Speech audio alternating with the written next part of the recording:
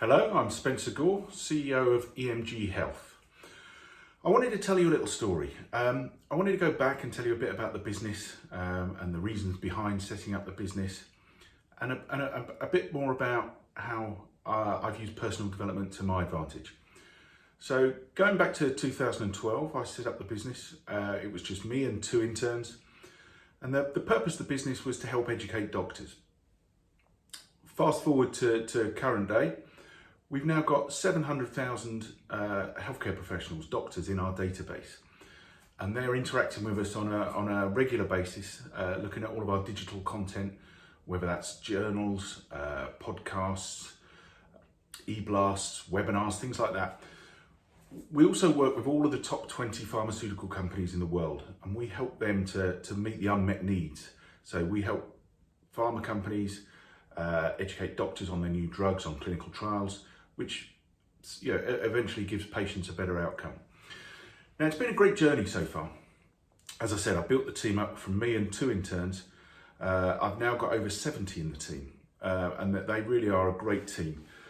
But I'm often asked, what's the secret sauce? What's the one thing that we've done that's helped get to the stage we're at now? And I think that the one thing that jumps out to me is that we're a values-driven business. Now, what that means is we truly understand what our values are as a business, and that's led by myself and my business partner, Dan Healy. And we're not saying our values are right or wrong, but they're right for us. So anyone that wants to work for us has to be fully aligned with those values. And if they're not, it probably won't work. And there's probably only a minority of people in the world that have values that are aligned with us.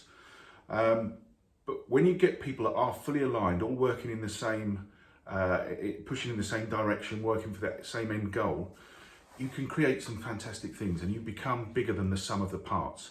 So think of Leicester City winning the Premier League. They weren't the best team as individuals in the Premier League, but they were the best team, and that's what we're doing.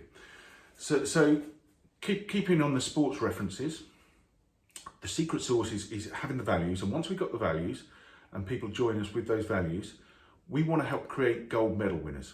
And what we mean by that is becoming the best version of them that they can be. We want to help them win their own gold medal. My gold medal is to help EMG become the go-to place for healthcare professionals. I'm constantly having to work on my personal development to achieve that, and it's certainly not been easy.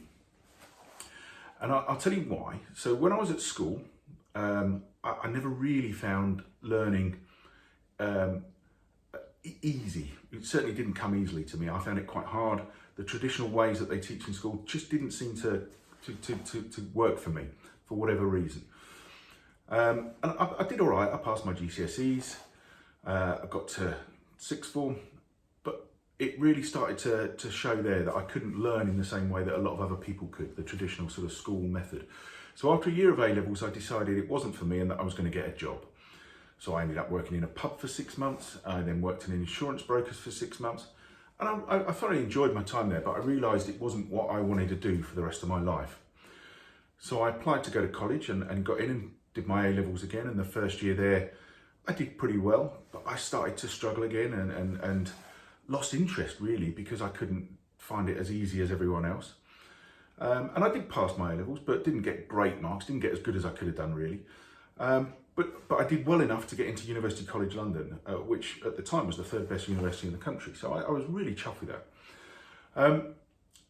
But then the harder it got, moving up that level to university, the more I struggled. My first year I did pretty well actually, but then I was finding it harder and harder, and I started to lose interest, lose focus. I got more involved with the football team. And in my second year, I ended up failing, so I had to repeat my second year. I then spent 4 years in total because of that at university, and I left without a degree. And I still don't really like talking about this. I find it a bit uncomfortable that I spent so long and left without anything. But I didn't even sit some of my finals. I knew I wasn't going to pass them. I hadn't done enough work, and I figured rather than failing, I just wouldn't take them. It made sense at the time. Don't ask me why, but that was the sort of the theory that I took, or the idea that I used behind that.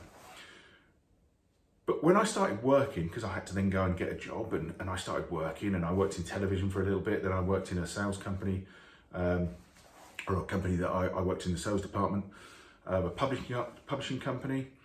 I started learning that actually, if I wanted to get better, I had to do it on my own, and therefore I could choose how I learn. And I started reading a lot more books, partly because of the commute, but that meant, you know, I could pick and choose the books that I was reading rather than being told which ones to. So I got more interested in it. Audible has certainly helped me, so I listen to a lot of books now.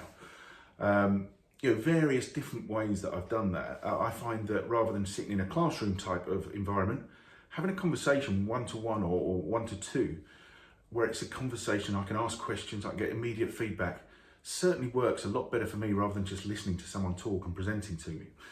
To the point where even in, you know, our board meetings, we tend to make them much smaller conversational type meetings than a traditional board meeting. Now, why am I telling you this, you might ask? So time's moved on. I've now got 3 kids of my own. I've got a daughter and then 2 boys. And over the last few years, we've had the boys assessed for dyslexia. And it turns out they've both got it. They've both been diagnosed with it. And a lot of the traits they had, I had at school, and I've had it throughout my whole life. And I just really wondered whether maybe that was one of the challenges that I'd had, that I was dyslexic, because when I was a kid at school, they didn't really diagnose for that sort of thing or test for that sort of thing. So anyway, I went off and did a half-day assessment, and it turns out, yeah, that I'm dyslexic. I wasn't that surprised in the end. But interestingly, I've learned to cope and manage it in my own way, rather than, you know, having those at the help at school that they get these days. Now, when I was researching this and looking into it, I found out that 16% of the population are dyslexic, so quite a small amount.